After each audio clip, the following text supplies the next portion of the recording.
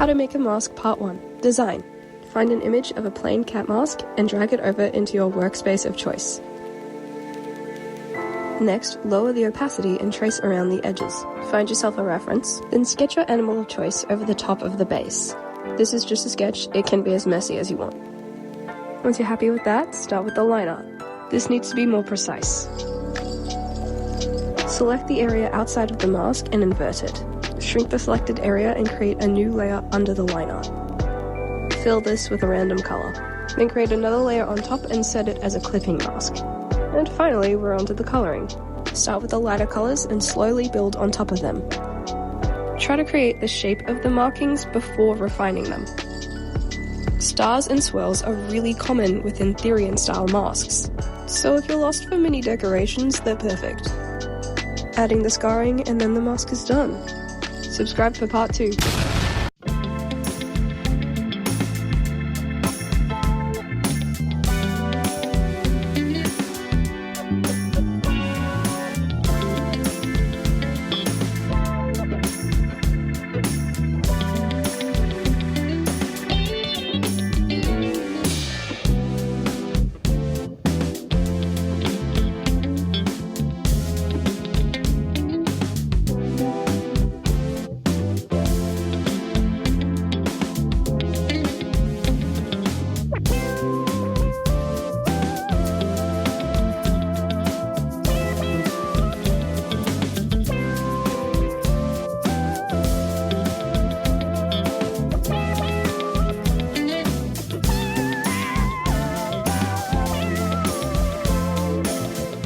How to make a mask part 2. Base.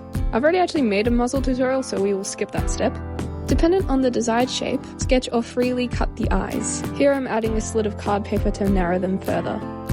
Cut the ears off and put more card paper under them to make him bald. Next to the ears.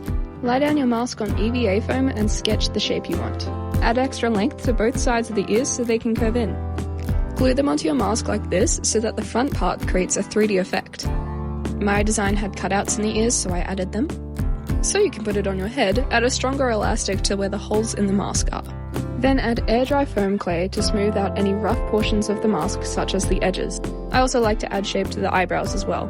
This step is optional, but I paint the whole base white to get a better idea of the shape. And then the base is done! Thank you for watching and subscribe for part 3. How to make a mask part 3. Felt. I usually glue the muzzle down first to avoid wrinkles.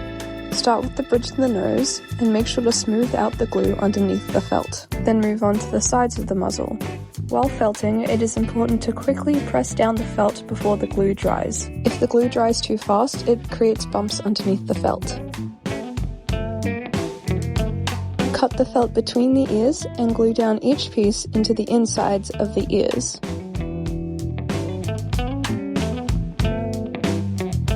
Cut the excess felt off from the ears and glue down the edges.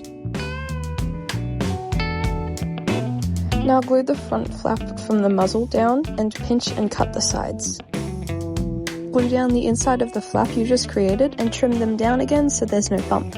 Now start cutting little flaps on the sides of the masks. This is so it's easier to glue the sides down. How to make a mask part 3.5. Felt. This is a continuation from part 3, so watch that first.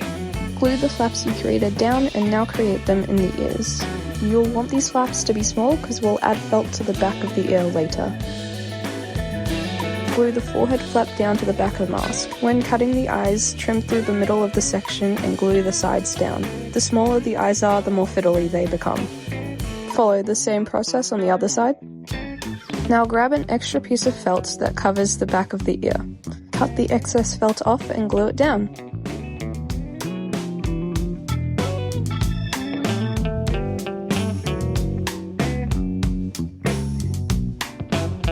Cut along the very edge of the ear to hide the felt connection. Do the same on the overhang part. Repeat on the other ear, and then it's felted. Thank you for watching. Sorry this part was split in two. See you in part 4, which is painting.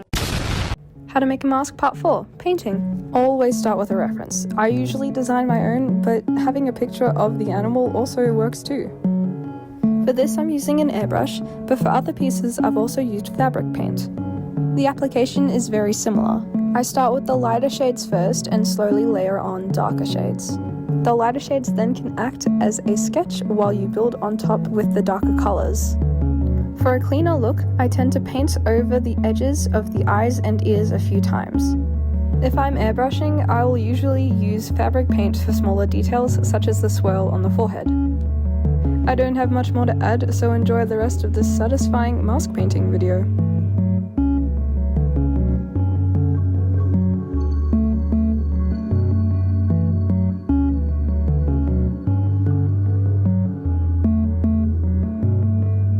And done! Thank you for watching and subscribe for part 5. How to make a mask part 5. First, start by laying the mask down on the back of the fur and sketch how big you want the side pieces to be. Flip, trace and cut to duplicate the piece. Also cut out 2 thin long rectangles. Start by adding glue to the mask and pressing the fur down. Then add more glue where it needs adjustments. Take the long strip of fur and measure it over the mask. Fold the piece over once it gets to the ear so that part is doubled. Glue this fold down, then add glue to the side of the strip opposite of the fur's direction. Fold over that edge slightly and brush it out before adding it back onto the mask. Before gluing it down, make sure to mark the other strips so both sides are symmetrical. Make small adjustments if anything is too long. To blend the fur in, use the airbrush or an eyeshadow along the base of the fur. And here's the finished fur, but we're not done yet. Grab a bit of air dry foam clay and start carving it onto the front of the nose. Always cross-check the shape with a reference. When carving, if you don't have access to clay tools, pencils can also work well too. Here I'm using an airbrush paint because it stays pretty shiny. And with that, the mask is done. Thank you so much for watching, and don't forget to like and subscribe.